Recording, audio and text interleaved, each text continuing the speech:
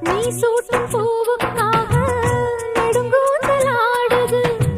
நீ வைக்கும் பொட்டுக்காக நடுநெத்தி வாடுது.